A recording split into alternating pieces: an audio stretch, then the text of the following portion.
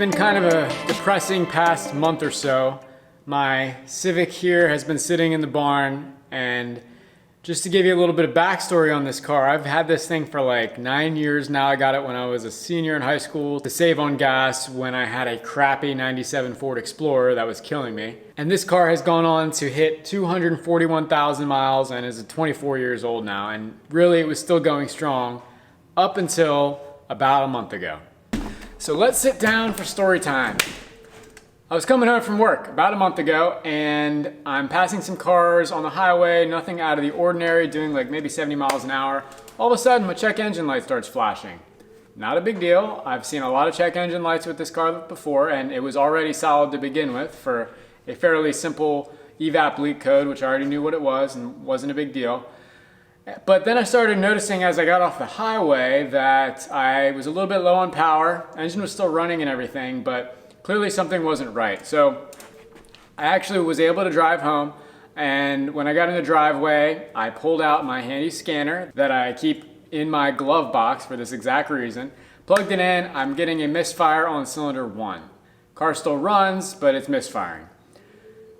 I proceeded to spend the rest of that evening troubleshooting, and the very last troubleshooting step I came to was doing a compression test on all 4 cylinders. So that's basically measuring the pressure that your cylinders are capable of holding.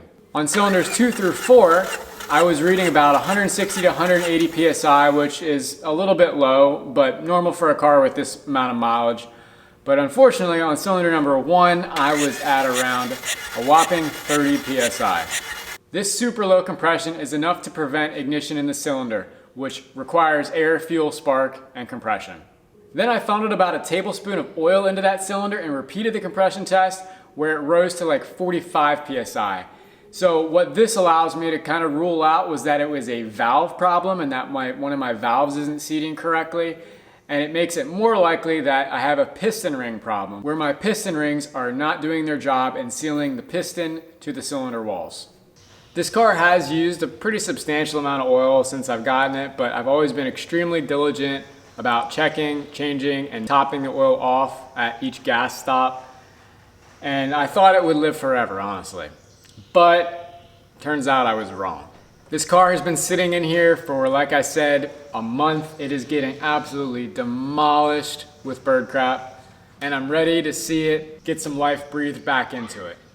I'm gonna start it up quick so you can see what it sounds like. And again, I'm just getting constant misfire on cylinder number 1. It smells like raw fuel when I have it running, and obviously it can't run like this for much longer. So let's dig into it.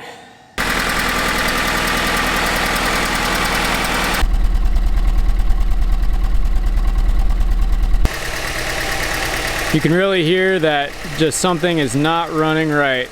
I'm kind of surprised it still runs, but it does still seem to run okay. It just smells like straight raw fuel back here. So why would I even think about keeping a car that Blue Book value is only around $800 or $900 and fixing it and continuing to use it rather than just scrapping it and buying a new one? I have a few reasons for this. First of all, I do have a bit of a sentimental attachment to this vehicle, which I've had for like half my life. Second of all, used cars are sort of expensive right now, and even older Civics that have the same high mileage as this did when I got it at 165,000 miles are more expensive than I would expect, like several $1,000s. So if I can tear this apart and do an easy fix, well, not exactly easy, but if I can fix this for the cost of a set of piston rings, maybe $100, I'm going to explore that option first. And lastly, everything on this car I have basically gone through already with maintenance. A few years after I bought this car, I actually had to take the transmission out of it and put some new bearings in that are known to go bad in these year Civics.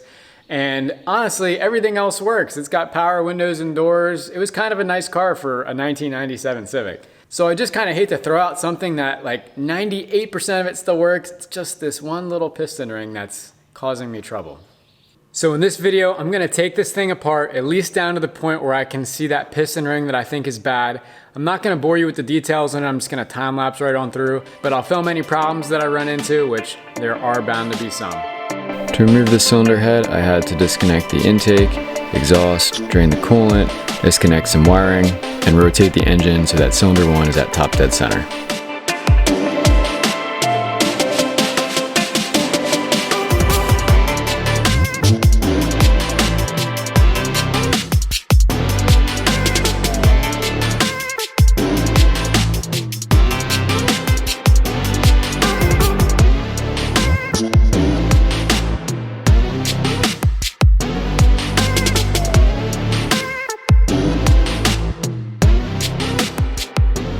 When I take stuff apart, I always put the fasteners back on the stud they came from once the component is removed. It makes it so much easier to put things back together.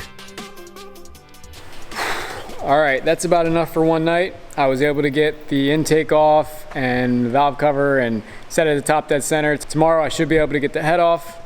Have you ever seen a car that is so completely covered in bird crap? I've got this thing parked right in the center of the barn where the birds fly back and forth from the two peaks, and this is absolutely disgusting.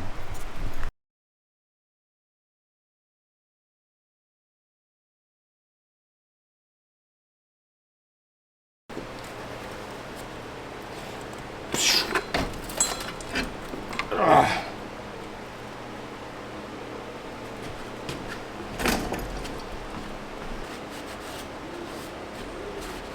All right, here's after cleaning up a little bit, and I actually gotta say it looks pretty good.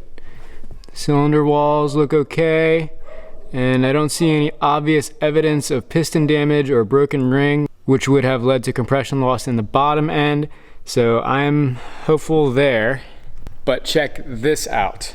I turned the head up so I could see all the valves, and they are looking a little bit crusty, but when I get to cylinder number 1, what do we have here? I think that's my problem. I got a freaking hole in one of my exhaust valves.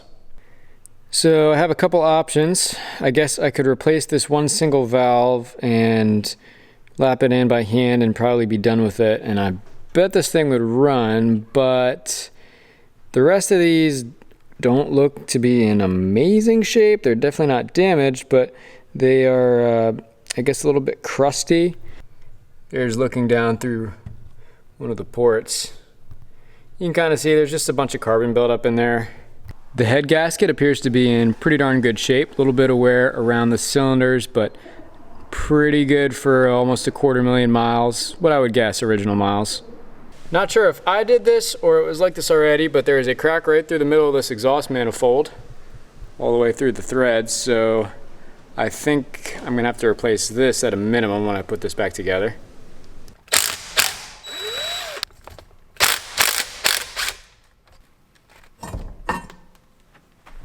Most of the original cross hashing is still present in the cylinders. I do see some wear spots, but nothing that's that surprising for a car with 250,000 miles on it. So I'm just gonna leave these as is. I think they're gonna be okay.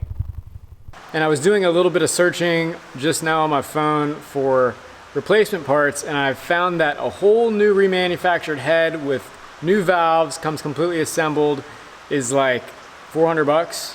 So I might go for that option too. I just have some thinking to do about it. I'm not 100% sure what I want to do about this yet. I'm gonna talk to my buddies who I went to college with, who are really good at building engines and are much better than me with this sort of stuff. But that's basically it for this video. I just wanted to at least do a teardown and get a firm diagnosis. Really happy that it's the valve and not my bottom end. It makes my life a whole lot easier on having to tear apart any more of that engine while it's still in the car, or potentially remove the entire engine. If I would have done a leak down test on this instead of a compression test, I would have been able to diagnose this a little bit better and would have basically put compressed air into the cylinder and then heard it coming out the exhaust when this cylinder number 1 was at top dead center because of that hole in the valve. Obviously the exhaust valve is no longer sealed, and that's why my cylinder can no longer hold compression. So stay tuned for the next video on this. I'm gonna basically go through how I end up repairing this, put the whole thing back together and see if it starts. But as always, thanks for tuning in. Stay tuned for more weekly content. And if you'd like something in the interim, make sure to follow us on the socials where Elaina gives more updates throughout the week. But until then, we'll see you next time.